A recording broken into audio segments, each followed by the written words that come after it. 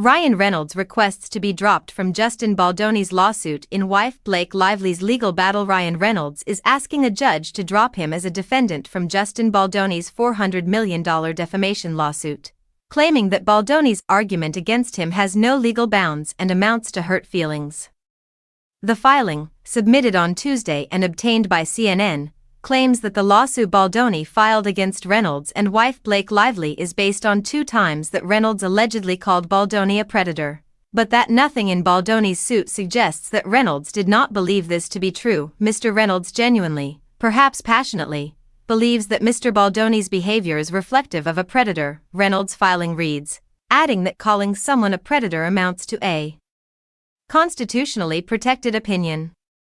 Reynolds' lawyers also claim Baldoni's thin-skinned outrage over a movie character, referring to the nice pool character in Reynolds' Deadpool and Wolverine movie, does not even pretend to be tied to any legal claims and instead is just Baldoni alleging that he has hurt feelings.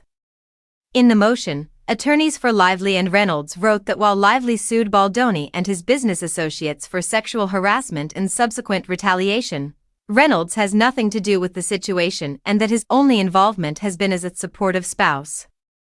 Their lawyers claim that Reynolds is only named as a defendant in Baldoni's suit because Steve Sarowitz, a defendant in Lively's case against Baldoni and his team, one of Baldoni's business partners at his production company, Wayfarer Studios, which produced and co-financed It Ends With Us with Sony, promised to spend up to $100 million to ruin Ms. Lively and Mr. Reynolds, according to the filing, and Baldoni's lawsuit against the Hollywood couple, as well as Lively's publicist Leslie Sloan, who previously filed her own motion to dismiss, asking to be dropped from the case. Baldoni accused Reynolds of assisting Lively in hijacking his film It Ends With Us and taking down his career, also claimed that Lively sought to take over much of the film's creative direction, including having Reynolds, who had no formal role on It Ends With Us, rewrite a scene and make unauthorized changes to the script in secret.